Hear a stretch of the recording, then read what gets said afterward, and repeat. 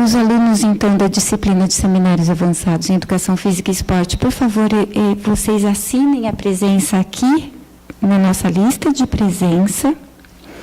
E quem não está matriculado na disciplina, para nós contabilizarmos de onde vocês são e computarmos quantas pessoas a gente teve nos seminários ao longo do ano, eu gostaria que vocês assinassem e que vocês receberão por e-mail, se vocês deixarem um e-mail, um comprovante de que vocês vieram e assistiram essa conferência de hoje. Tá ok? Gostaria de fazer um convite a todos que no dia 20 de junho nós teremos a discussão de um livro paradidático que foi recomendado aqui no início do semestre, que é A Peste dos Médicos. Né? Então, eu gostaria que vocês se preparassem. Olha ali, mostra o livro para a gente. É aquele livro ali, o roxinho, isso. Eu vou pedir para a nossa dinâmica, para que no dia que vocês vierem discutir conosco esse livro paradidático, que vocês tragam questões a serem discutidas, para que a gente selecione e pontue algumas discussões, que eu acho que atrás da história, por baixo da história, tem um pano de fundo muito interessante para a gente discutir, que envolve ciência, que envolve carreira. Então, que vocês tragam questões para direcionar a nossa discussão. Está combinado, pessoal? Tudo bem? E a semana que vem nós vamos ter uma conferência extra, que todos estão convidados para vir, que é um professor convidado em inglês da professora Cláudia Forjás, que vai estar por aqui, vai falar um pouquinho da experiência dele e da pós-graduação na Inglaterra, tá ok? Obrigada, pessoal. Acho que sem mais delongas, então, eu passo a palavra ao professor Walter e agradeço já de antemão a disponibilidade e tanto do Walter como do mestre Léo de virem aqui abrilhantar nossas conferências. Obrigada. Obrigado, professora Patrícia. Bom dia a todos e todas. Né? Acho que dá para... Está bem expressivo a alegria, a felicidade de nos encontrarmos aqui para construir um amanhã, um conhecimento, discussões, né? E eu gostaria de destacar, primeiro, o trabalho que a Comissão de Pesquisa tem feito com esse ciclo de conferências, né? Um esforço da professora Patrícia, isso também teve lá uma gênese lá atrás com a professora Edilamar, né? E esse espaço das conferências, eu acho que ele é muito importante, até mesmo porque é uma forma da universidade manter suas portas abertas para a comunidade interna e externa e facilitando o acesso ao conhecimento. Assim a gente pode honrar melhor a função da universidade, né? Essas conferências já está construída uma tradição, está construída a sua história, ela mantém essas portas abertas com temas relevantes do ponto de vista acadêmico e cultural também. Então, queria parabenizar, porque é um esforço, tem toda uma logística para fazer esse trabalho, né? Então, que a gente consiga manter esse espaço de socialização do conhecimento. Ele é muito importante.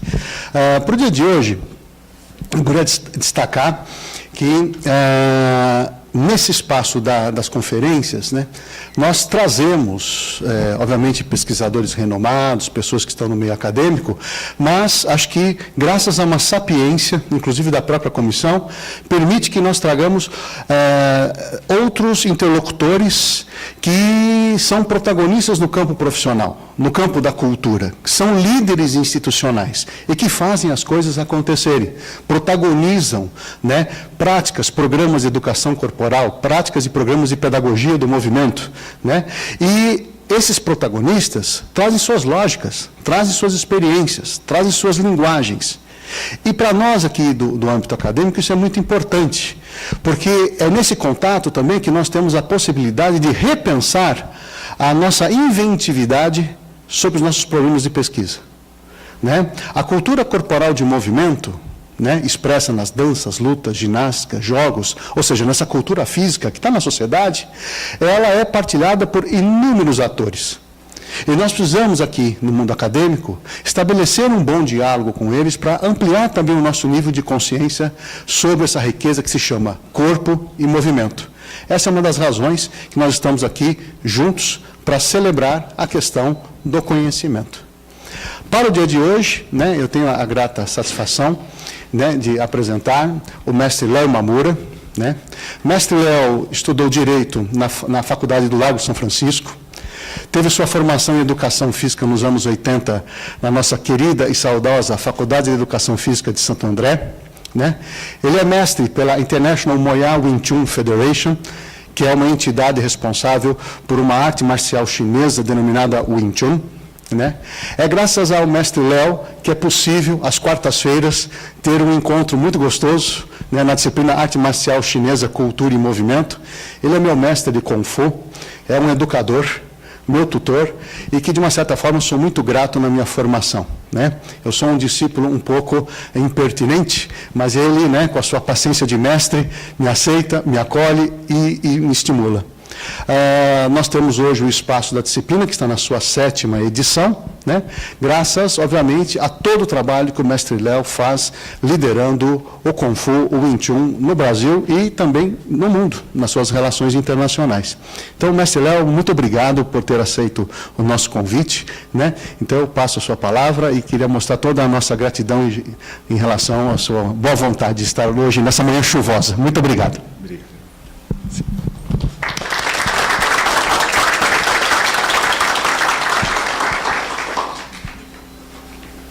Bom, depois das generosas palavras do professor Walter,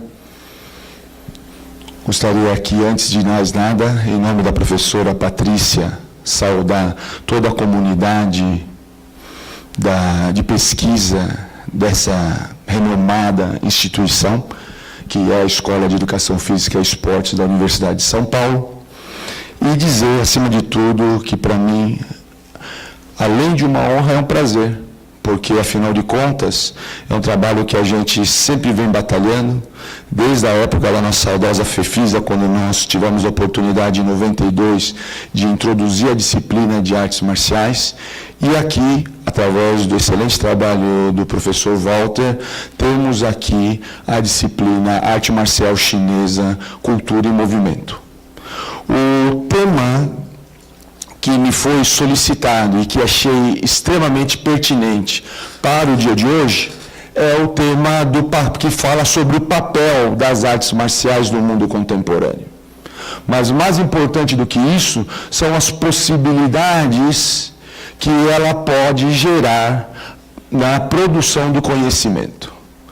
E antes de nós começarmos falando desse tema, se eu tivesse que me apresentar aqui, além das palavras do professor Walter, seria dentro de uma apresentação na cultura chinesa, que seria muito simples. Eu diria que meu nome é Léo Imamura, sou filho do seu Mário Imamura e da senhora Miyoko Imamura, e pai da Melissa Imamura. Felizmente eles estão aqui, por isso que para mim é uma satisfação grande nós podermos compartilhar esse momento. Aliás, meu pai trabalhou 27 anos na USP, então desde aposentado desde 92, então está aqui presente, é uma satisfação dupla para mim, espero que para ele também.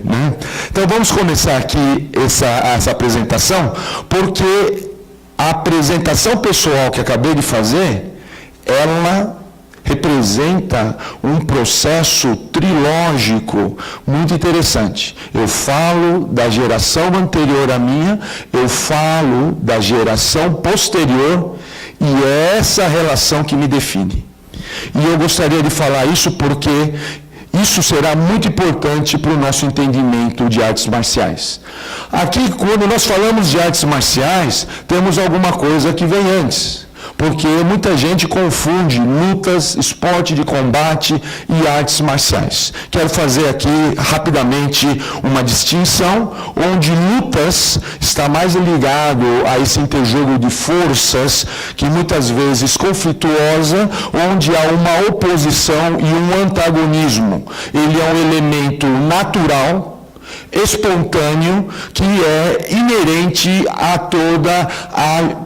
aos elementos e os seres vivos. Então, quando nós temos lutas, nós temos lutas com animais, né, não racionais, nós vemos lutas quando nós estamos atuando como crianças, né, sem qualquer tipo de sistematização e ordenamento.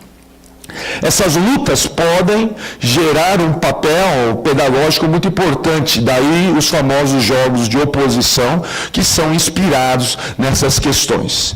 Nós temos que fazer uma distinção entre lutas e esporte de combate, porque o esporte de combate, ele é um trabalho onde existem regras, onde existem condições, onde essa oposição ela é definida através de movimentos específicos e que pode ser exemplificada através de modalidades olímpicas hoje de combate, como a luta greco-romana, como até a esgrima, por que não, ou como o judô, né, o taekwondo e provavelmente agora o karatê.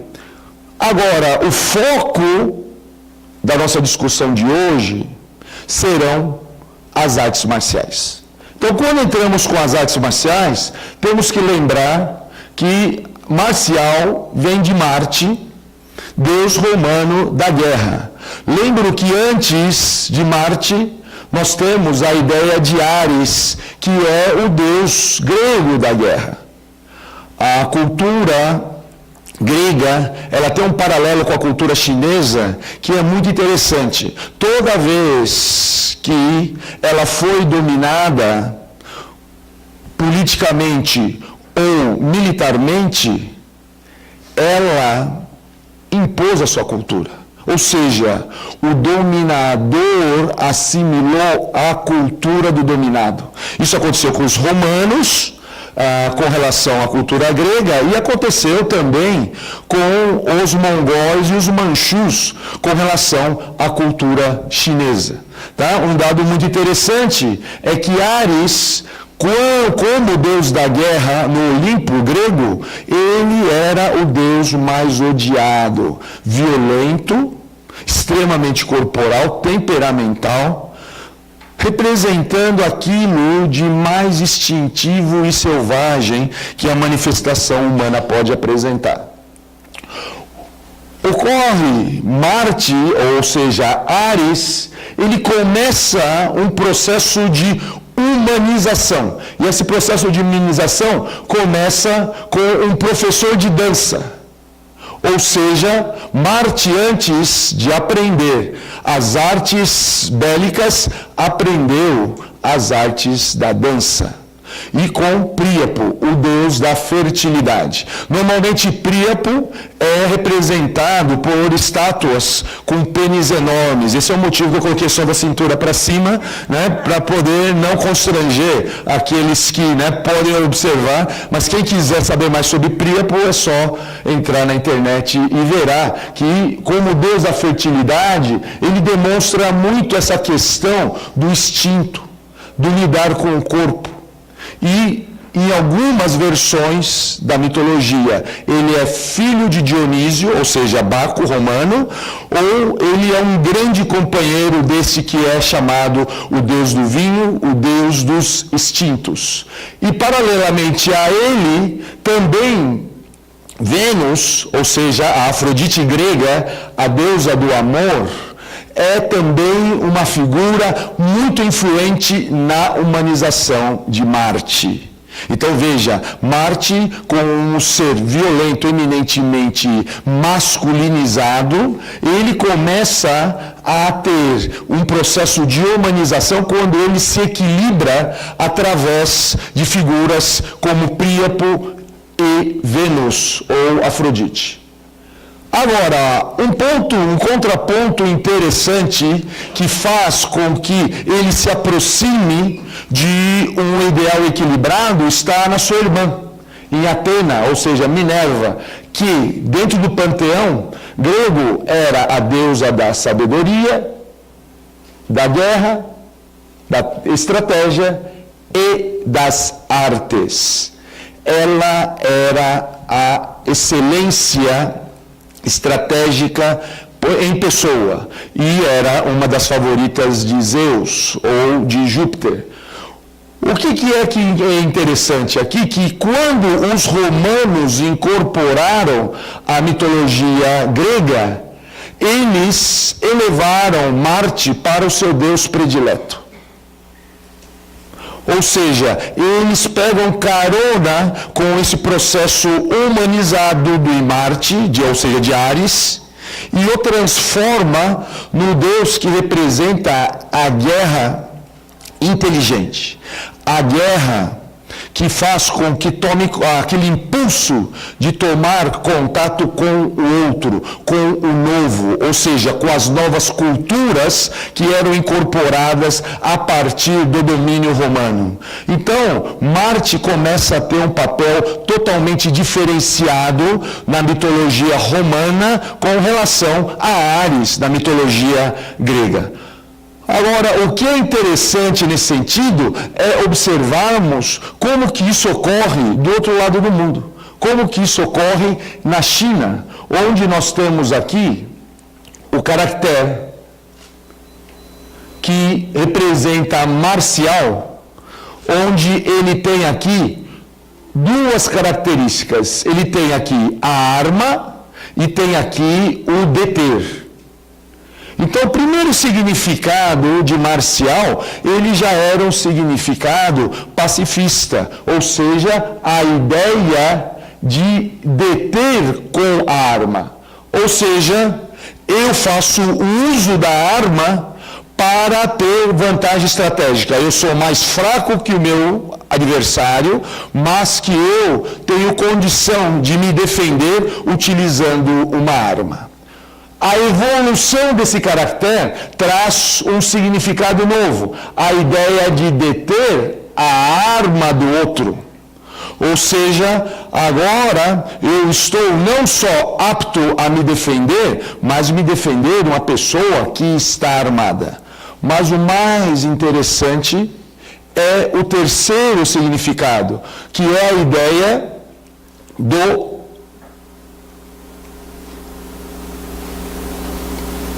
que uma pessoa pode deter a própria arma.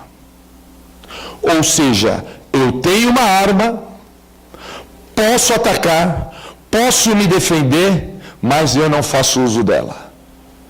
Por quê? Porque aqui a luta, ela alcança um estado de sublimação. Vamos observar isso dentro de uma ideia de um imperador, que é um imperador mítico, o imperador amarelo, o imperador Huangdi, quando ele enfatiza, nessa tradução aqui foi muito interessante, porque em 1972, todo mundo já ouviu falar nos guerreiros de Xi'an, aqueles guerreiros, né, que famosos, mas nesse mesmo ano foi feita uma descoberta ainda mais impactante e pouca gente soube, que foi um encontro, a descoberta de documentos que eram as versões mais antigas de uma obra, de um manual de estratégia chamado A Arte da Guerra de Sun Tzu. Essa versão tinha 1000 anos, a partir do original. E é considerada até hoje a versão mais antiga, obviamente escrita em bambu e com muitos caracteres apagados, mas o que eles também descobriram foi aquilo que era chamado dos 4 tratados políticos do Imperador Amarelo, que depois foi publicado por 2 professores de uma universidade americana em 1992, onde ele enfatiza aquilo que se chama de conduta feminina ou conduta suave. O que seria essa conduta feminina? Enfatiza uma coisa, essa conduta feminina não tem nada a ver com gênero. Não é o gênero feminino. A ideia da conduta feminina é a ideia da contrapartida. Toda vez que há algo, como que eu posso me complementar a esse algo? Essa é a ideia da conduta feminina. E ela também é chamada de conduta suave, O curioso que esse suave desse documento, que é atribuído a esse imperador que viveu 4.000 anos atrás, é o mesmo suave do judô, chamado hoje mundialmente de judô. Aqui no Brasil, principalmente, nós falamos judô, né? Que foi fundado por esse professor, também um visionário, uma importante figura no sentido da atualização do papel das artes marciais, que foi o professor Jigoro Kano. E o mesmo Jiu que nós encontramos no Jiu-Jitsu, aqui no Brasil chamado de Jiu-Jitsu, né? Ou simplesmente de Jiu, né? Hoje não é comum o pessoal falar, eu estou praticando Jiu, né? Outro dia eu perguntei o que era o Jiu, aí depois que me explicaram que Jiu é de Jiu-Jitsu, né? Aqui nós fazemos uma homenagem ao professor Carlos Gracie, que foi o originador do Gracie Jiu-Jitsu, aluno de Jigoro Kano, né? O professor Mitsuo Maeda, tá? Então, esse Jiu de Jiu-Jitsu e Jiu de Judô são o mesmo suave que se referia à conduta suave do imperador amarelo. Então, observem uma coisa interessante, que é a ideia da feminilização da guerra. Ou seja, o que seria essa suavização da guerra? O que seria esse equilíbrio, essa influência feminina que a gente observa tanto na cultura grega, que nos influencia tanto, como na cultura chinesa. Esse termo foi cunhado por esse sinólogo espanhol, né, catalão, Albert Galvani, que foi pesquisador de várias importantes universidades da Europa, né? E ele identifica esse tratado nas obras de Sun Tzu. Então, a vitória é determinada pela natureza do oponente. O que eu quero dizer com isso? Que quando nós interpretamos essas palavras, a ideia é simples. A força não advém de mim mesmo, advém do outro. O potencial de vitória depende do outro, não depende de mim mesmo. Por isso, mais ou tão importante quanto eu me fortalecer, é também identificar a fortaleza ou enfraquecimento, ou fortalecimento ou enfraquecimento do outro.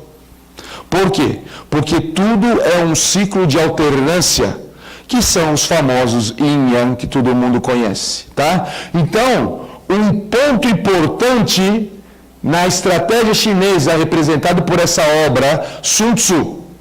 Lembro mais uma vez, Sun Tzu é nome atribuído ao autor da obra, mas também nome da obra. Os chineses costumavam dar o nome do autor atribuído às obras que eram escritas. Então, essa obra que é conhecida entre nós como Arte da Guerra, que é um livro homônimo, inclusive, de Nicolau Maquiavel, que também tem um livro chamado Arte da Guerra, e talvez daí a relação, que faz com que nós tenhamos várias interpretações, mas essa eu acredito que seja uma das mais relevantes. A vitória determinada pela natureza do oponente. Por isso, uma vez visto a ideia de marcial, aliás, a pedido do professor Walter, ele me sugeriu que eu fizesse uma apresentação direta de mais ou menos 45 minutos, 1 hora, para depois os senhores fazerem as perguntas, tá ok? Então, por favor, tenham um pouco de paciência, anotem as perguntas, responderei a todas as perguntas, tá? Nesse local ou qualquer outro, mas para que todos possam estar dando o entendimento. Eu estou indo muito rápido ou está tudo bem? Posso continuar nesse ritmo? Tá ok, então. Esse é o problema quando a gente vê o mesmo assunto há 40 anos, né? A gente pensa que todo mundo vai no mesmo ritmo, né? Então é complicado isso, né? Principalmente para mim que tenho 35, né? Ainda tenho 40 anos de prática, é de complicado. Então, aqui nós vamos para um tema que é a ideia de arte. Porque marcial parece que está claro. E um ponto importante, só para resumir, marcial é uma ideia que não surge no Oriente. O próprio nome é um nome europeu. Então é importante nós entendermos que o marcial está presente em todas as culturas. E o que diferencia esse marcial é justamente a ideia de arte. Por quê? O que é arte? Porque qualquer manifestação humana pode ser considerada arte, desde que tenha um contexto, mesmo que esse contexto seja um não contexto. E aí que entra um extremo da arte marcial que foi apresentado em 1973, quando aquele que se tornou o grande ícone das artes marciais, Bruce Lee, ele, no seu filme Operação Dragão, tem uma passagem que ele diz o seguinte: meu estilo você pode chamar de a arte de lutar sem lutar. Como é possível uma manifestação negar ela mesma? E aí que fica evidente que há uma diferença significativa entre luta e arte marcial. Porque a arte marcial, ela pode atingir um nível de manifestação onde ela tem a condição de negar a própria atividade que aparentemente é o modo de manifestação que ela se apresenta. É como falarmos de música sem som. É como falarmos de pintura sem pincel e sem cores e sem tinta. Como isso é possível? Ou falarmos de cinema numa tela escura. Então, isso tudo é muito interessante porque a arte pode atingir esses elementos. Aliás, eu lembro muito bem quando o diretor Steven Spielberg começou a ganhar relevância através dos filmes que ele começou a produzir, principalmente a partir de Os Caçadores da Arca Perdida. Muitos críticos falavam o seguinte, que Spielberg não sabe valorizar o silêncio. Porque as músicas eram muito impactantes, do John Williams, e que foi sempre um grande maestro, e ele, muitas vezes, não dava fôlego, porque não só em termos sonoros, como em termos visuais também. Se quem assistiu Indiana Jones, lembra bem que Os Caçadores da Arca Perdida inaugurou um gênero com um ritmo que começa do começo ao fim, dentro de uma dinâmica, que é uma dinâmica que parece que não dá, você não perde o fôlego. Então é muito interessante observar que muitas vezes eu preciso do som para apreciar o silêncio, e vice-versa. Então a arte de explorar o som e o silêncio na música é a mesma arte de explorar a luta e a não luta nas artes marciais, onde nós temos uma abrangência muito mais ampla. E aí que entra as possibilidades dessa arte, a arte marcial, ter relevância social nos dias de hoje. Explicarei melhor mais a seguir. Observe aqui essa pergunta. É possível, portanto, vencer antes de lutar? Ora, se há uma arte que você luta sem lutar, então deve ser possível vencer antes de lutar. Mas como que seria isso? Por quê? Porque quando nós falamos de vencer sem lutar, parece um contrassenso, porque parece que a vitória, ela só pode vir através da luta. Não tem outra possibilidade de eu vencer antes de haver essa luta. Ou seja, nós lutamos para saber se podemos vencer. O que está por detrás dessa pergunta é uma ideia muito relevante no sentido de dizer que é possível identificar a vitória antes de lutar. Mas como é que seria isso? A isso eu recorro ao professor Jean Lévy, que é um professor que estudou na Universidade de Shanghai, nos períodos mais conturbados da China, e pôde trazer uma relevante contribuição para nós, no sentido do entendimento da cultura chinesa. E ele apresenta isso numa introdução que ele faz do livro Arte da Guerra, do seu aluno Albert Galben, uma expressão que me parece muito relevante, a ideia de indício significante. O que é o indício significante? É aquele sinalzinho que ninguém vê, mas aqueles mais atentos conseguem identificar, e eles têm uma relevância tão grande a ponto de indicar, a ponto de nos conduzir a um desdobramento favorável. Então, hoje nós estamos no dia 6 de junho. Eu quero aqui fazer uma sugestão para todos, porque daqui 6 dias será dia 12. E dia 12 é dia dos namorados. Então, eu quero fazer aqui uma observação com relação à importância dessa palestra, com relação aos dias dos namorados. Tá ok? Primeiro, o que vocês farão no dia dos namorados? É uma dificuldade. Principalmente se na relação, a namorada fala assim, não, você escolhe. Mas, preste atenção, porque ela ao longo do ano deu várias indicações, deu vários indícios muito significativos. Tipo, você viu que minha amiga foi num restaurante novo muito legal? Você viu aquele lançamento? E você está lá vendo lendo jornal, ou vendo lá no seu tablet a sessão de futebol, nem está prestando atenção no que ela está falando. Por quê? Carece a relação de atenção estratégica.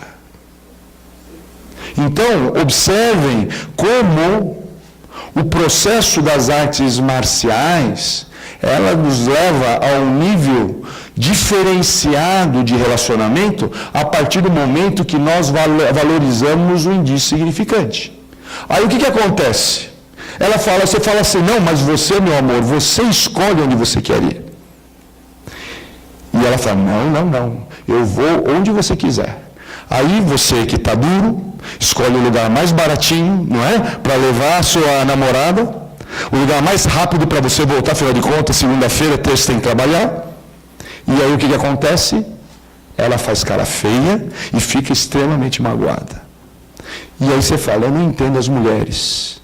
Não é mesmo? Afinal de contas, ela disse para mim escolher o lugar. Por quê? Porque as mulheres, elas têm a observação mais acurada do que nós chamamos de indício significante, que não pode ser confundido com minhoca na cabeça, ou viajar na batatinha, como essas expressões todas que o pessoal usa. Porque o indício significante, ele não é só um indício, ele é significante. Aliás, há um trabalho na Universidade Federal do Paraná sobre o paradigma indiciário, que é super importante. Então, se vocês tiverem oportunidade, poderão ver também a ideia do indício significante através das obras do investigador Sherlock Holmes. porque a dedução que ele faz é totalmente através do indício significante.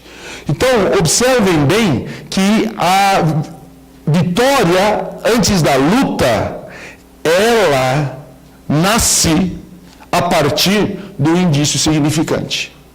E esse indício significante, ele gera uma ideia que foi um termo que foi cunhado. Esse termo, claro que já existiu, mas nunca associado à ideia do indício significante. Por quê? Porque esse professor da Universidade Paris 7, professor François Julian, ele investigou todas as obras do período dos Estados combatentes, que são o período que antecede a unificação da China, e observou que essas obras todas, quer seja obras de política, diplomacia, de moral, de conduta, de poder e de estratégia militar, continham o que ele chama de inteligência estratégica, ou seja, essa capacidade de antecipar o benefício através de uma exploração diferenciada de um potencial, o potencial de situação. Tá? Então, ou seja, tudo tem potencial. Hoje nós estamos vivendo um momento de percepção econômica muito negativo, mas existe um potencial aí. Então, como observar esse potencial? Será através de indícios significantes. Por quê? Porque depois que saiu na Globo, depois que saiu, né, nos noticiários, em geral, ele já não é mais um indício. Pode até ser significante. Aliás, hoje nós estamos vivendo a ideia reversa, a ideia da notícia insignificante, né? E não do indício significante. Então, o professor François Julian, ele insiste muito nessa questão estratégica que ele encontrou no período dos Estados combatentes. E o que nos remete a um livro muito interessante, publicado no Brasil, chamado Políticos Guerreiros, em 2002, do analítico político norte-americano Robert D. Kaplan, que diz o seguinte: o período dos reinos combatentes, que é esse período que antecede a unificação da China, é equivalente ao sistema global do século XXI. A ironia é a seguinte: quanto mais antigo você estuda, parece que você está mais atualizado. O antigo nos leva ao moderno. E isso é falado por um norte-americano que não tem nenhuma relação com as grandes tradições milenares, né? Assim como nós, os Estados Unidos, vem de uma tradição moderna, de 500 anos apenas, né? E que, por isso mesmo, eu sempre falo isso em minhas palestras, penso que o Brasil está indo muito bem, porque com 500 anos, qualquer outro país, as pessoas estavam se matando. Nós não. Nós estamos aqui, continuando nossa vida e sabendo que aquilo vai melhorar.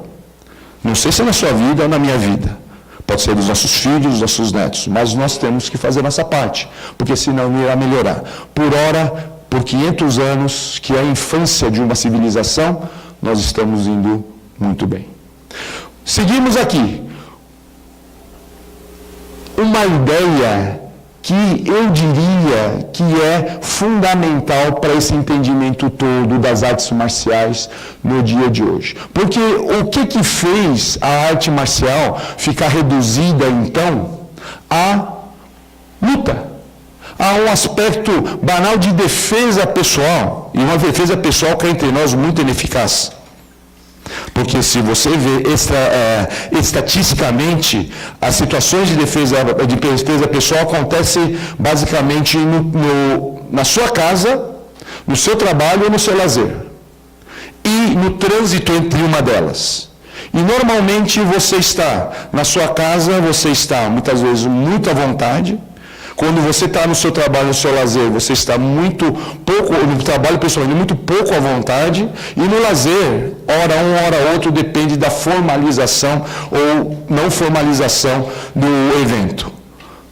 Se você estiver no trânsito entre uma dessas atividades, você estará amarrado num cinto, sentado com pessoas queridas do seu lado, e muitas vezes indefesas, como nenês, crianças. Como que você espera reagir? A reação sempre é tardia e desvantajosa. Tá? Por quê? Porque você foi escolhido, mas você não escolheu o seu agressor. O seu agressor escolheu a você. Então nós temos que tomar cuidado, porque há uma venda de rótulos com relação às artes marciais que nós temos que ter algum cuidado para atendermos a essas solicitações no sentido de apelo que ele nos apresenta. E aqui eu gostaria de apresentar um termo do professor François Laplantin, que é um antropólogo francês que tem uma relação muito próxima com o nosso Brasil, tá? Que é de dépaysement. O que é dépaysement? É a ideia de estranhamento, é a ideia da necessidade da outra cultura para que nós possamos reconhecer a nossa própria e valorizá-la. Então, muitas vezes, e tomando cuidado de não interpretar a outra cultura através dos nossos valores culturais. Que foi o que aconteceu com os clássicos chineses, que foram inicialmente traduzidos por padres cristãos que imigraram para esses locais da Ásia e fizeram um trabalho maravilhoso de tradução, um trabalho maravilhoso de interpretação, mas sempre dentro de uma ótica grega, uma ótica da formação que eles tinham, né? Então, com isso, inclusive hoje, o professor Roger Ames, da Universidade do Havaí, ele lidera um grupo onde se busca ressignificar os clássicos tradicionais orientais, particularmente os chineses, para que nós possamos ter uma reinterpretação, uma revisitação, no sentido de compreendermos de uma maneira mais abrangente do que se trata esses elementos, como, por exemplo, as artes marciais. E aqui o professor François Laplantin, então, nos ajuda muito com a ideia de praticar artes marciais. Quando nós encontramos o movimento e achamos que esse movimento é uma técnica, é algo que nós temos que repensar. Aqui entra, então, aquilo que nós chamamos de experiência marcial. Porque como que nós entendemos essa experiência vai depender principalmente do entendimento que nós temos do que é uma luta, do que é esse processo de conflito. O conflito, ele deve ser algo a ser evitado ou algo a ser lidado. É possível viver sem conflito? É o conflito que nos redimensiona a harmonia, onde os opostos, né, são complementares e necessários, assim como o som e o silêncio, ou a luta e a sem luta. E aí entra um processo muito importante que foi enfatizado pelo patriarca Moyat, que tive a honra de ser discípulo, onde ele apresenta uma noção muito interessante que é de dispositivo corporal de combate simbólico. Ou seja, quando nós vimos o movimento de um soco, o que é aquilo? Não é uma técnica, não é um procedimento operativo para você golpear alguém. O que é aquilo? Aquilo não é algo a ser aplicado, é algo a ser explorado como um dispositivo, ele é um dispositivo corporal. E o combate simbólico nos permite, então, ampliar a dimensão da atividade, onde, da mesma forma que eu dei o exemplo do Dia dos Namorados, nós podemos, através das artes marciais, alcançar outros relacionamentos, quer seja eles de conflito ou não. Então, quando nós falamos de dispositivo corporal de combate simbólico, a única certeza que eu tenho quando eu estou praticando um soco ou um chute é que aquele soco e aquele chute não serão utilizados daquela maneira que nós estamos praticando. Repetirei de novo. Quando nós falamos de dispositivo corporal de combate simbólico, a única certeza que nós temos é que aquilo que nós estamos praticando não será aplicado na prática. Então, para que eu estou praticando? Não é? Justamente para que você esteja disponível a manifestar o que a situação pedirá naquele momento. Por quê? Nós não sabemos o que a situação pedirá. Clausewitz, que foi considerado o maior estudioso de estratégia, ele era um prussiano, general prussiano, ele falava que mesmo o que caracteriza a guerra é a sua imodelização. Ou seja, é impossível você colocar a guerra sob uma teoria. No jargão militar, há uma frase muito interessante que é o seguinte, né? Nenhum plano se sustenta depois do primeiro tiro. Né? Então, depois que deu o primeiro tiro, cada um vai ter que se ajustar àquela situação. É claro que todo mundo tem uma noção do que tem que ser feito, mas a adaptação à situação, ela é fundamental. E aí que entra a ideia do feminino, a ideia da conduta feminina. Então, o dispositivo corporal, ele não é aplicado, ele é explorado. Onde o termo equivalente em chinês, no cantonês, é jiu-sek. Então, isso aqui não é uma técnica, é um jiu-sek. O que é um jiu-sek? Jiu quer dizer chamar, anunciar. Sek quer dizer um padrão. Ou seja, esse movimento, a qualidade do movimento que eu estou praticando é ele poder, numa situação inédita, chamar o movimento apropriado.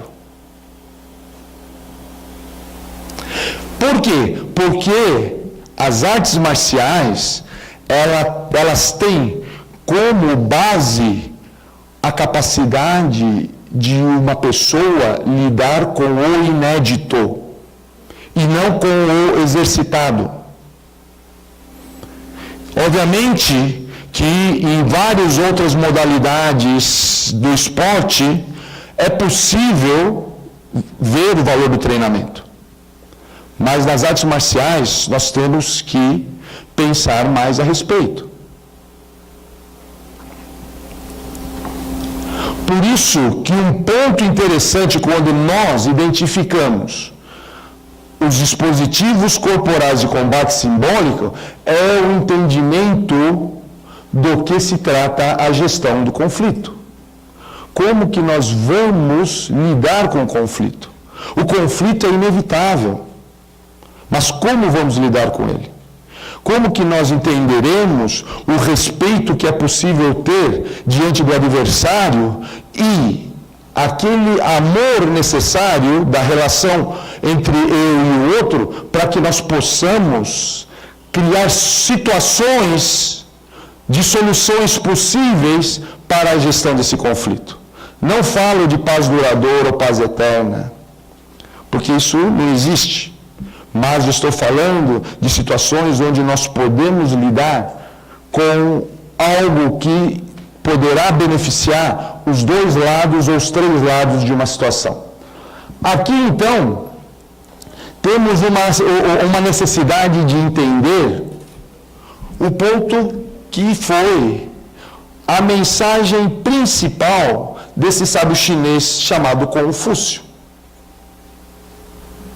Obviamente que esse não era o nome dele era Confúcio, e que os tradutores primários, ao traduzir o seu nome, latinizar o seu nome, transformou em Confúcio, considerado o principal professor da China, o grande mestre da China.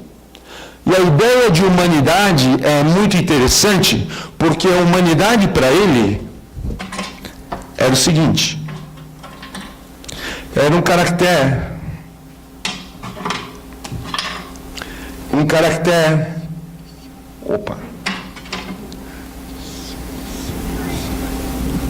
acredita em mim, era um caractere que tinha um homem e o número 2. Depois irei escrever para que vocês possam identificar graficamente do que se trata. E a humanidade, ele tem a ver com a capacidade de eu reconhecer a existência do outro na minha existência.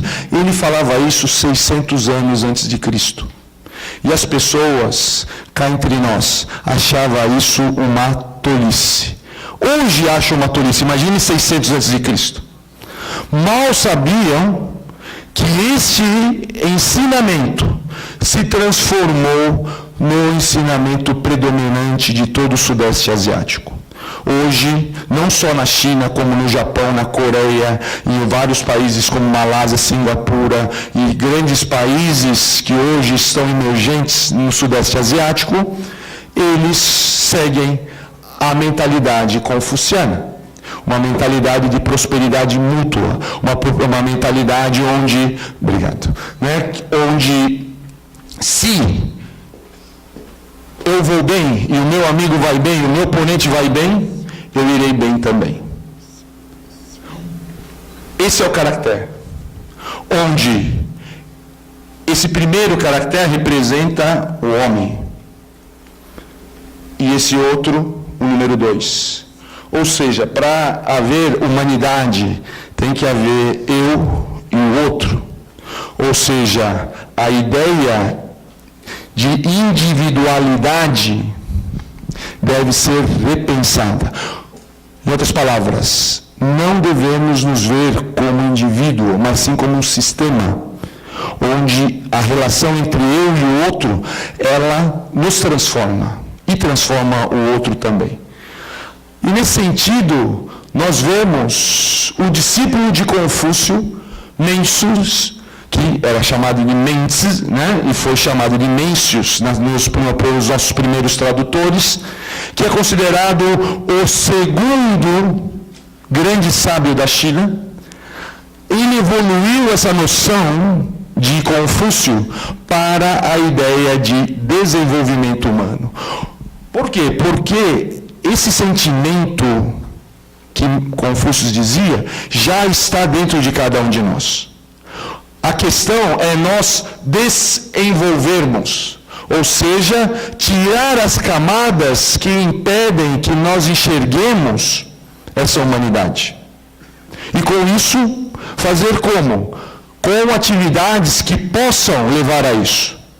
Onde, principalmente no Oriente, na China, de onde surge essa mentalidade, as artes marciais se tornaram essencialmente uma ferramenta, um instrumento para se alcançar esse tipo de situação. E o professor François Julian, ele, no seu livro Fundar a Moral, de 1995, ele cunha um termo que eu acho extremamente feliz, que é o termo perspectiva transindividual. Porque se fala muito, principalmente depois que o professor Goleman, da Universidade de Harvard, começou a falar de inteligência emocional, todo mundo começou a falar de empatia, e a ideia de empatia é uma ideia de se colocar no lugar do outro, não é mesmo? Aqui, quando nós falamos de perspectiva transindividual, nós temos uma pequena diferença. É eu entender o outro estando no meu lugar. Como que isso é possível? Porque quando eu me coloco no lugar do outro, quem está no meu lugar lá? Ninguém está no meu lugar. E a relação, ela tem que ser transindividual, não coletivista nem individualista. Eu, como indivíduo, sou reconhecido como tal, mas dentro de um sistema. Existem outros que estão à minha volta e que devem ser levados em consideração. Nesse sentido, é que o patriarca Moyat, ele traz uma proposta que foi apresentada em 97, que foi além, inclusive, daquela que Bruce Lee colocou no filme Operação Dragão, em 1973. Quando ele fala que o propósito das artes marciais é respeitar os professores e amar os pais. Essa é uma expressão que é atribuída a Confúcio, né, e que aparece em várias obras, onde a mais famosa é o livro da dinastia Han Tardia, e que coloca um ponto muito interessante. A ideia de respeito aos professores não se limita apenas à figura do professor, mas na valorização do ensinamento, na valorização das tradições, na valorização da vocação que, por exemplo, essa instituição tem. Então, respeitar os professores é também respeitar o outro como se ele fosse seu professor. Porque é daí que nasce a vantagem estratégica. Porque quando o outro me ataca e eu tenho que me defender sem o devido respeito, o que acontece?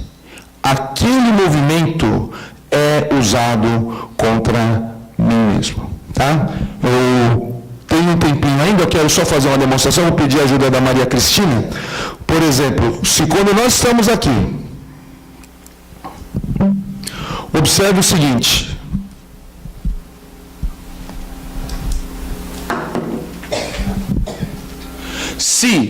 Se a Maria Cristina faz um ataque e eu não respeito o braço dela e forço, o que acontece? Eu acabo me colocando dentro de um raio de ação extremamente perigoso para mim. Então a ideia, muitas vezes, as pessoas falam, vamos bloquear o mais forte possível. E qual que é o problema? O problema é que essa mão, o meu corpo oferece essa situação para ele. Agora, quando nós falamos em respeitar o adversário, significa, ela me golpeou, e eu respeito, eu cedo a posição. Perceba que eu não interfiro na trajetória do braço dela. Quando ela golpeou, eu cedo a posição. Quando eu cedo a posição, esse contato, por quê? Porque a Cristina, como meu oponente, meu adversário, não como minha inimiga, ela me gera condições de identificar o indício significante. Qual que é o indício significante? O sinal de contato, uma ponte entre eu e ela, uma conexão entre eu e ela, para que eu possa alcançá-la com a outra mão. E ela, por contrário, não me alcança. Então observe que isso acontece ao contrário também, dentro de uma situação independente da envergadura, porque a minha envergadura é muito mais ampla que a da Cristina. Se eu ataco a Cristina e ela defende respeitando a minha mão, por exemplo, que nem agora, ela não respeitou a minha mão. O que acontece? Ela está exatamente na distância do meu ataque. Mas se ela, quando eu golpear, ela respeitar a minha mão, observe que ela está conectada aqui e com isso ela cede e se move. Então agora ela está numa condição onde essa mão indica como ela pode me atacar e ao mesmo tempo eu não a alcanço. Eu precisaria me mover para alcançar. E quando eu me movo para alcançar, ela move antes. Então ela parece extremamente rápida quando o que ocorreu foi que ela soube antecipar ao meu movimento. Obrigado, viu, Cristina? Então, a ideia de respeitar, ela não é moral apenas, ela é uma ideia de respeito onde você alcança o orgânico. O respeito físico gera exatamente o respeito moral, o respeito estratégico. Da mesma forma, a ideia de amar os pais. O amar pode ter vários níveis. Aqui, a ideia não é só de amar no sentido comum da palavra, mas, acima de tudo, de honrar os pais. Por quê? Porque, nesse sentido, a gente consegue nos conectar com o outro. Não posso enxergar o meu adversário como inimigo. A partir do momento que eu enxergo como inimigo, tenho raiva, ódio dele, o que acontece? Há um processo de separação. Há um processo de desconexão entre eu e o outro. E com isso, eu tenho uma desvantagem estratégica altamente significante. Então, a ideia de respeitar os professores e amar os pais está muito além de uma mera afirmação moral. Está, acima de tudo, dentro de uma questão de vantagem estratégica e entendimento corporal. Por isso, quando nós entendemos os movimentos, qualquer movimento dentro das artes marciais, como dispositivos corporais de combate simbólico, temos então uma diferenciação na maneira de ver os movimentos e, com isso, ampliá-lo não só para o âmbito da atividade específica, mas principalmente para o âmbito do cotidiano, para o âmbito dos aspectos relacionais, quer sejam eles profissionais, sociais ou familiares. Quero encerrar então a minha fala agora, para nós passarmos para a parte de perguntas. Afinal de contas, nós estamos aqui numa experiência marcial, numa relação onde é muito importante nós termos os dois lados. Muito obrigado.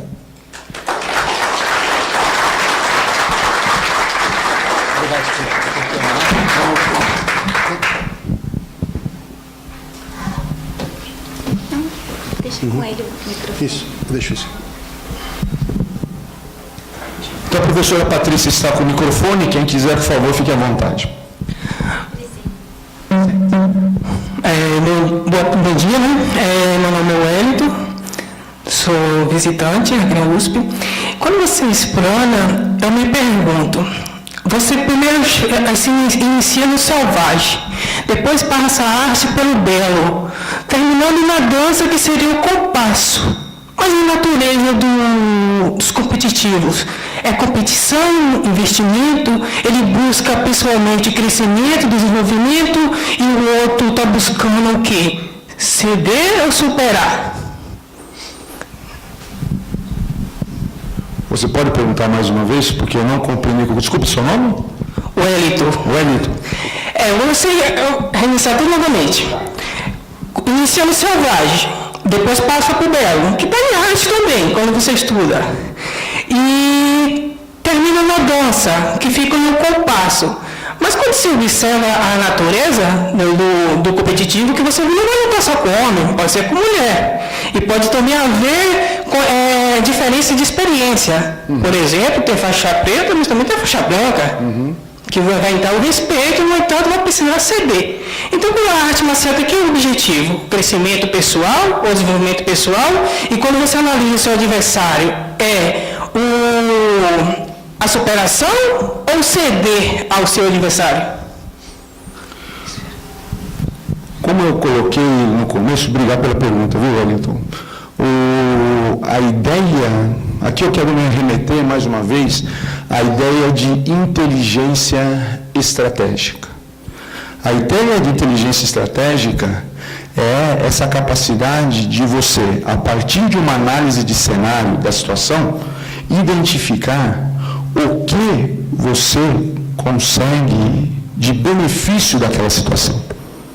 Por exemplo, você citou uma situação onde, vamos dizer, um faixa preta vai praticar com faixa branca.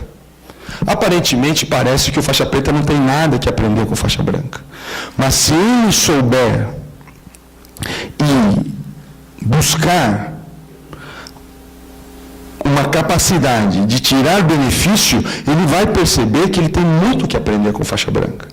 Aliás, são os faixas brancas que ensinam mais, porque eles já não estão condicionados, como muitos outros, a um processo que pode nos mostrar uma série de condicionamentos desnecessários que nós adquirimos. Então, a inteligência estratégica, ela se concentra principalmente na capacidade de identificar em cada situação como que eu posso me beneficiar dessa situação. E essa situação ela pode variar dentro dos âmbitos mais amplos de um lado ou de outro. Vai depender muito de cada um, né? Então você tem, por exemplo, uma pessoa que vai praticar com uma mulher. Aparentemente parece que a mulher é mais fraca ou numa competição. Em primeiro lugar, por que você está nessa competição? O seu objetivo é ganhar a medalha ou é aprender a experiência? Né? O que prova uma competição a partir do momento que ela determina algumas regras que estão totalmente fora dentro de uma situação ampla de experiência marcial? Essa competição é válida para quem? Para jovens, pequenos, crianças, adultos, pessoas, cidadãos sênior. Como que seria isso? Então, tudo depende de cada situação. E por isso que nós falamos de arte, porque na arte marcial, todos podem se beneficiar. E isso é um ponto muito importante. A arte marcial não é uma prática onde hoje está muito em voga o MMA, e a gente observa aquela prática de alto nível, né? Agora, nessa última luta do lutador José Aldo, mostraram o treinamento dele antes da luta, que ele tem que emagrecer, não sei se vocês viram, que ele tem que ficar não sei quantas horas sem comer, ele tem que perder 4 quilos em 2 horas e meia. Então, tudo isso é um sacrifício que ele faz em função de algum benefício que ele está visando. E você? Você gostaria de fazer a mesma coisa? Quer dizer, cada um de nós temos a maneira como nos manifestar. E isso, obviamente, vai depender da visão de benefício que cada um tem.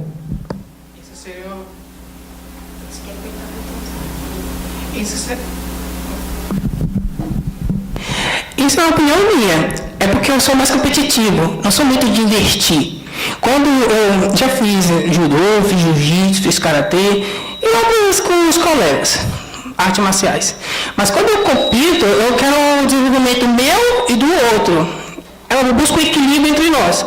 Ou seja, eu não busco investimento, eu preciso fazer esse sacrifício da onde eu preciso me martirizar para que o outro ganhe. Não, eu tento fazer tipo uma balança, mas não é uma balança, equilibrar o meu potencial com o potencial do outro.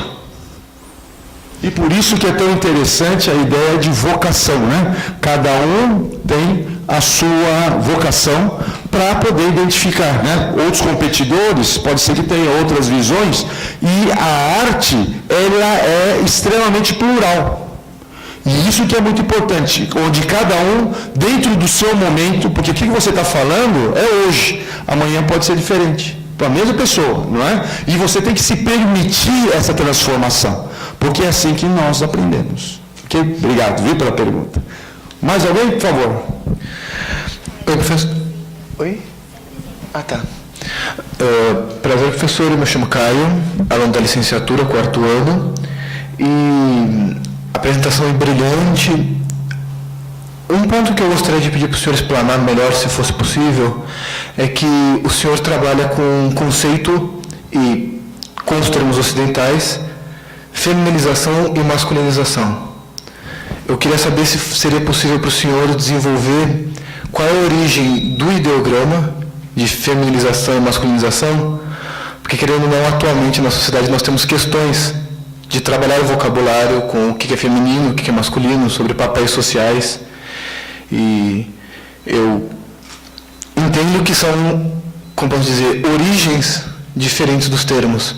Então, para sanar qualquer tipo de mal-entendido que com certeza pode ocorrer, eu gostaria de saber se é possível o senhor desenvolver qual a origem do símbolo E o que se entende por feminino e por masculino? Se é atribuído ao papel de homem ou mulher? E a pergunta ficou clara? Eu vou desenvolvendo e aí você vai ver se a minha resposta ficou clara para a sua pergunta, porque para mim o que ficou assim da sua solicitação, Caio, mais relevante foi a importância de nós esclarecermos, ou eu esclarecer, quando estou falando de feminino e de masculino, tá? E que eu falei, e eu quero insistir de novo, por isso eu agradeço a sua intervenção, o feminino e masculino não tem nada a ver com gênero. Isso é muito importante. A ideia é aquela ideia muito simples, que é basilar dentro da cultura chinesa, principalmente, mas que foi abarcada por outras culturas, entre opostos complementares. Ou seja, eu tenho o yin, que é a ausência de luz, e tenho o yang, que é a luz. Eu tenho complementares onde não necessariamente um é bom, o outro é ruim. E eu quero dizer também que quando nós falamos da conduta feminina, não estamos falando da conduta da mulher. Porque há muitas mulheres com conduta masculina, de imposição, de não escutar, de não acolher o diferente. Mesmo porque o modelo de liderança que nós temos é masculino. Então, tanto mulheres como homens abraçam, muitas vezes, essa liderança mais masculina, que tampouco tem a ver com gênero. Tem a ver com uma natureza de imposição, de pontuação, né? Enquanto que de definição, de decisão. Enquanto que o feminino é o contraponto desse processo. Dou exemplo muito simples para você entender o que é um e o que é outro. Uma vez, né,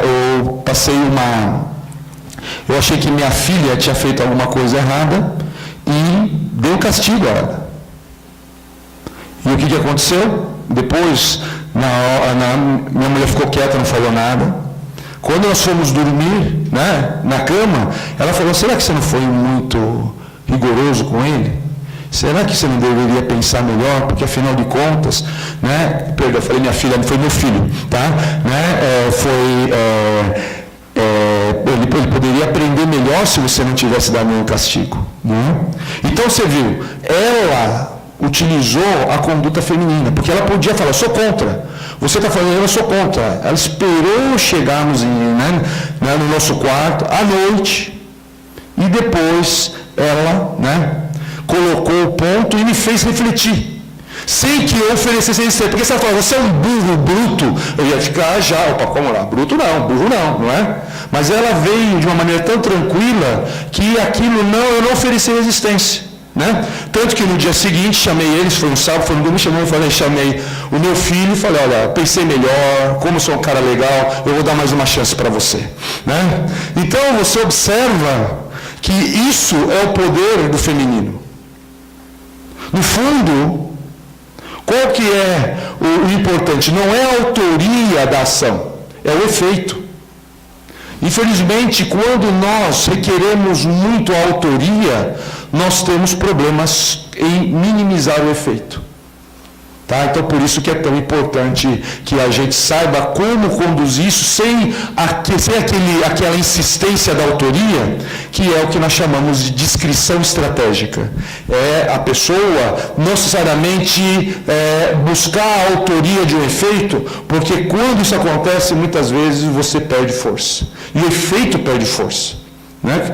Por exemplo, muitas vezes você tem uma excelente ideia, e isso acontece muito em relações laborais, você tem uma excelente ideia e a pessoa poda essa ideia justamente porque foi o Caio que deu a ideia. A ideia é excelente, mas o Caio, eu não gosto do Caio, não aguento o Caio. Por isso que eu vou cortar isso aí. Tá? Então, se você muitas vezes deixa aquela outra pessoa, que é o decisor, assumir aquilo para ele, embora você tenha sido o elaborador da ideia, muitas vezes a ideia vai ser implementada, mas não será o Caio não relevará a autoria. Né? Então, isso é uma conduta feminina. É uma conduta do acolhimento, do escutar, do se apoiar no outro, para que a gente possa construir esse momento, né? Você vai observar que esse segundo momento que nós estamos aqui hoje vai ser muito melhor que o primeiro, porque tem uma participação de apoio de vocês, né? Mais alguém gostaria de colocar? Muito obrigado, professor. Opa, obrigado a você, Carla. Aqui, depois eu passo.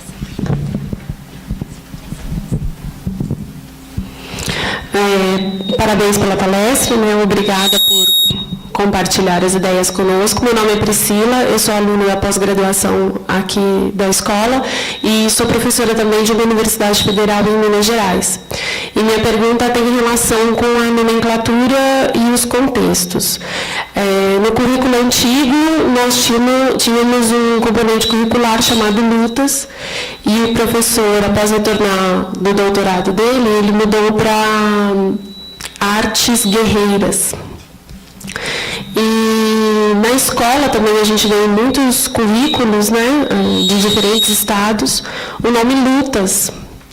E aí o senhor traz uma explicação sobre lutas, esportes de combate e artes marciais, mas para mim ainda é confuso qual a nomenclatura mais adequada em cada contexto.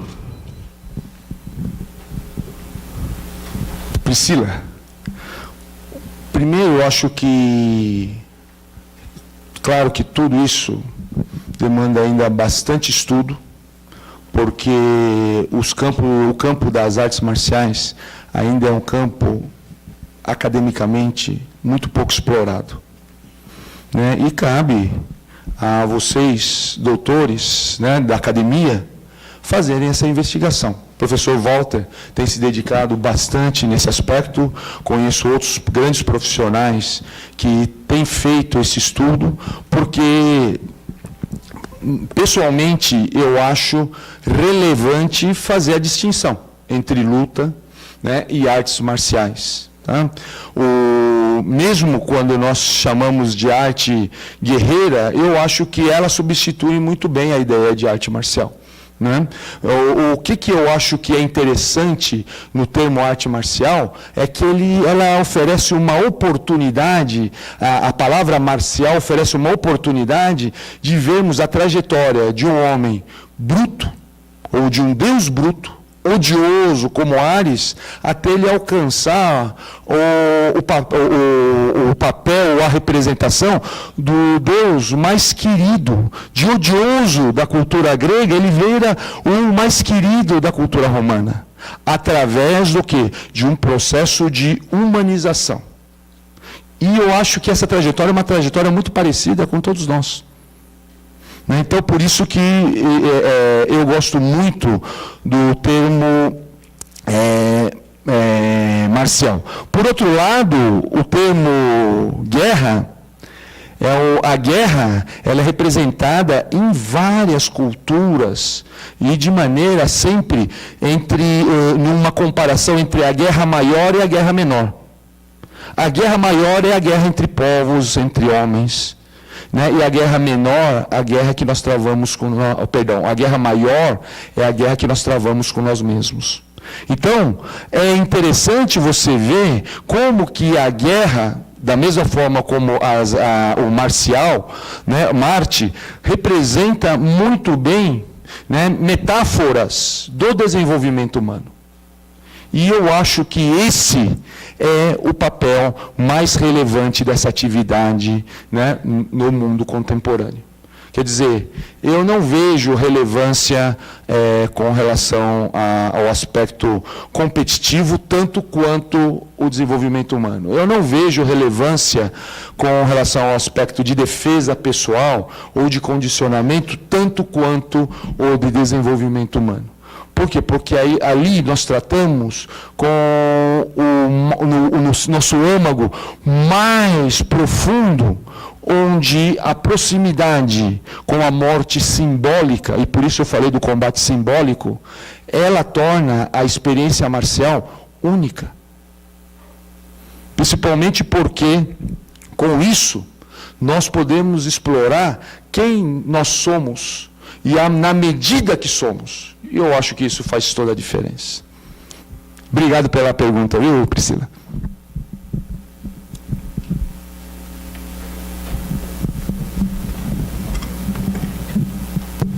Sim.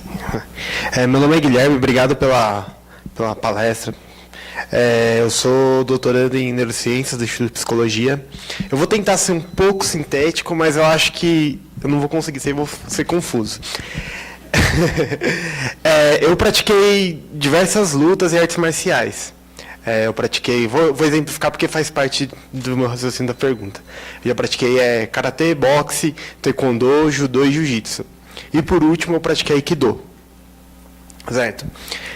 Eu fiquei na aikido, é uma arte marcial ainda que eu parei por um tempo, mas eu gostaria de voltar a praticar justamente pelos valores que ainda estão muito agregados à sua prática. Né? Ela é muito mais enraizada todos nos princípios que o Sensei Morihei deixou para todo, até porque é uma arte marcial muito nova, uma arte marcial com menos de 100 anos, né? Mas a pergunta que eu quero dizer é o seguinte: essas artes marciais que eu falei antes, como judô, karatê, taekwondo, são artes marciais que são populares, algumas que já estão dentro do ciclo olímpico. O meu entendimento que tem sobre artes marciais no ciclo olímpico é que elas perdem muito valor de arte marcial e vira muito uma modalidade muito mais técnica, muito mais uma coisa, enfrentamento mesmo, essa palavra luta que o senhor utilizou. Porque vira uma simplicidade de técnicas, restrições de técnicas, de diversas regras que restringem a prática com o contexto que ela foi criada. Né? Eu vejo que hoje em dia, por causa das artes marciais mixtas, tudo isso, e eu acho que isso está virando uma coisa sistêmica dentre as artes marciais. Qual que é a sua opinião sobre isso? Sobre o quanto que essa popularização, e vamos dizer assim, essa ocidentalização das artes marciais afeta a arte marcial? O quanto a arte marcial se perde com a sua popularização e globalização? Obrigado. Obrigado você, Guilherme. Primeira coisa importante é nós entendermos que, por exemplo, todas essas artes que você citou, eu tive contato com expoentes e eu posso dizer para você que todas elas estão na categoria de artes marciais. Conheci vários expoentes, inclusive de boxe, que transformaram a sua prática verdadeiramente em arte. Quando elas se transformam em desporto de competição, elas não são mais artes marciais, elas se transformam em esporte de combate. E há muito ganho e a perda também quando se transforma. Por quê? Que ganho que há? Há o ganho da divulgação, né, da exposição midiática, como você vê, né, nunca imaginei, por exemplo, apresentações ao vivo de competições de judô, por exemplo. Quer dizer, a França teve o pioneirismo nesse aspecto, mas hoje a gente pode ver, né, em esportes algumas vezes até em canal aberto, né, nós vemos competições de judô, nós vemos competições de MMA, né, então, tudo há ganho e tudo há perda. Eu acho que, no nosso caso aqui, onde eu atuo, é no âmbito das artes marciais. Então, quando eu identifico, muita gente pergunta, não, mas eu vejo que o Aikido é mais filosófico, mas eu vejo que Karatê é só pancadaria. Nós temos que não confundir a arte com o praticante. E é fácil confundir. Nós temos que lembrar como foi o papel de internacionalização dessas modalidades e entender também como que a globalização, porque quando você fala hoje de ocidentalização, eu logo pensei como que está sendo praticado hoje a arte marcial na China, onde lá também está sendo igualzinho como é praticado aqui, porque hoje nós vivemos uma realidade global. Então, né, o que a gente observa, e por outro lado, na Europa, está havendo um resgate às artes marciais europeias. com práticas e estudo através de manuais italianos, eles estão pegando e estudando todas as armas tradicionais, né? O meu filho, em particular, Lucas, ele adora esse estudo, né? Então eu procuro sempre, quando eu tenho algum contato, enviar para ele. Então, é muito interessante isso, porque a gente observa que no mundo globalizado nós vamos hoje vivenciar uma riqueza de experiências, onde pessoas que nem o Wellington, que são competidoras, podem usufruir dessa prática, outros que buscam, né, uma prática voltada para o desenvolvimento humano ou a inteligência estratégica, outros simplesmente para ter ascensão social. Querem ter um prato de comida, muitas vezes. Há situações nesse sentido também. Então, verificamos, Guilherme, que para dizer com toda sinceridade, eu não tenho uma opinião formada sobre o que é bom e o que é ruim. Por quê? Porque a gente observa que mesmo o esporte, quando se torna olímpico, tem perdas, mas tem ganhos também. Um esporte, ou uma prática de arte marcial, que se mantém dentro desse aspecto mais artístico, ele se perde também em uma série de coisas, porque pouca gente conhece. Né? Eu fico feliz até de ter pessoas que possam ver e me ouvir. Né? Por isso que eu até falei assim, eu vou levar meu pai, minha mãe e minha filha, porque pelo menos tem 3 pessoas aqui para ouvir, além da professora e do professor. Não é? Então eu fico surpreendido, né? Por exemplo, o ano passado eu fiz uma palestra na Federação Espanhola de Futebol, né, lá em Madrid, e a quantidade de pessoas interessadas em saber como que as artes marciais poderiam auxiliar o futebol. Fiquei surpreendido, ver como que, poxa, né, eu nunca pensei nos meus sonhos mais, né, ousados, que uma modalidade do futebol poderia enxergar a arte marcial como uma ferramenta para o seu benefício. Mas, por quê? Porque eu vejo que é possível, dentro dessa atualização no mundo contemporâneo, enxergarmos e atualizarmos a arte marcial dentro da ideia de uma ferramenta, um dispositivo, uma manifestação de cultivo à inteligência estratégica. Então, essa é a maneira como eu enxergo e vejo o seu benefício. Mas tenho certeza que muitos outros poderão ver outros benefícios a respeito.